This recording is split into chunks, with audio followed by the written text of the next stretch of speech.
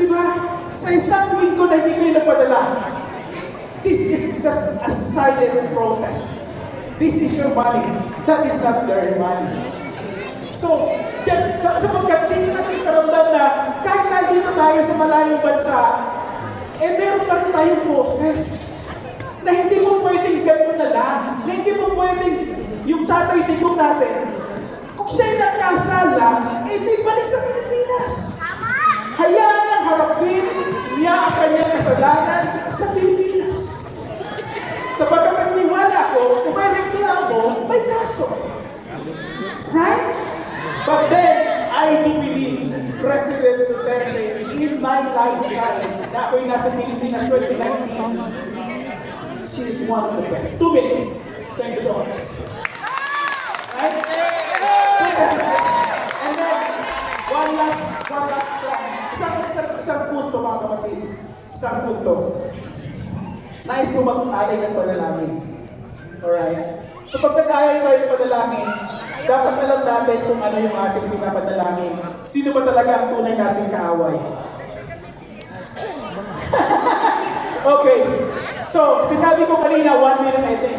Sinabi ko kanina na ang drugs is demonic.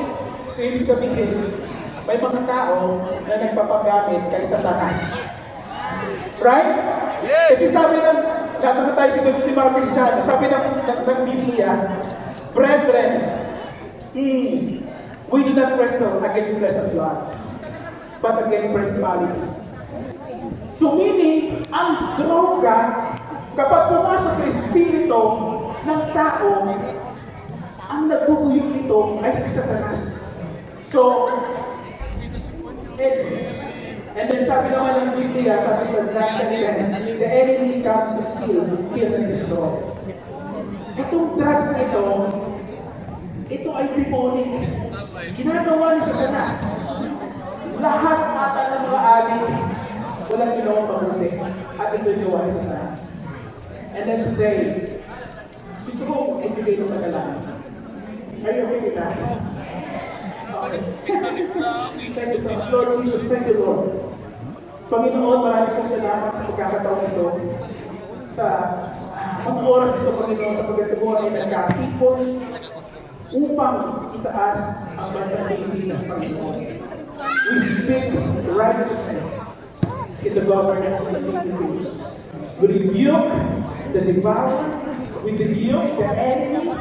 Ano man ang ginagawa ng kaaway sa bansang Pilipinas, sa pangalan ng Jesus, it has to be stopped.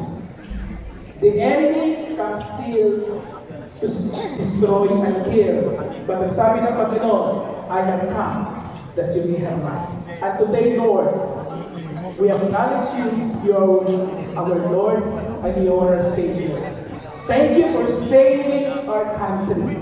Thank you for saving our people in the Philippines, O Lord Jesus Christ. At salamat, Panginoon, na nandito, Panginoon. Salamat, Panginoon, sa mga tao na nandito sa ibang bansa, na kung saan, Panginoon, ay patuloy na nagbibigay ng suporta sa bansang Pilipinas.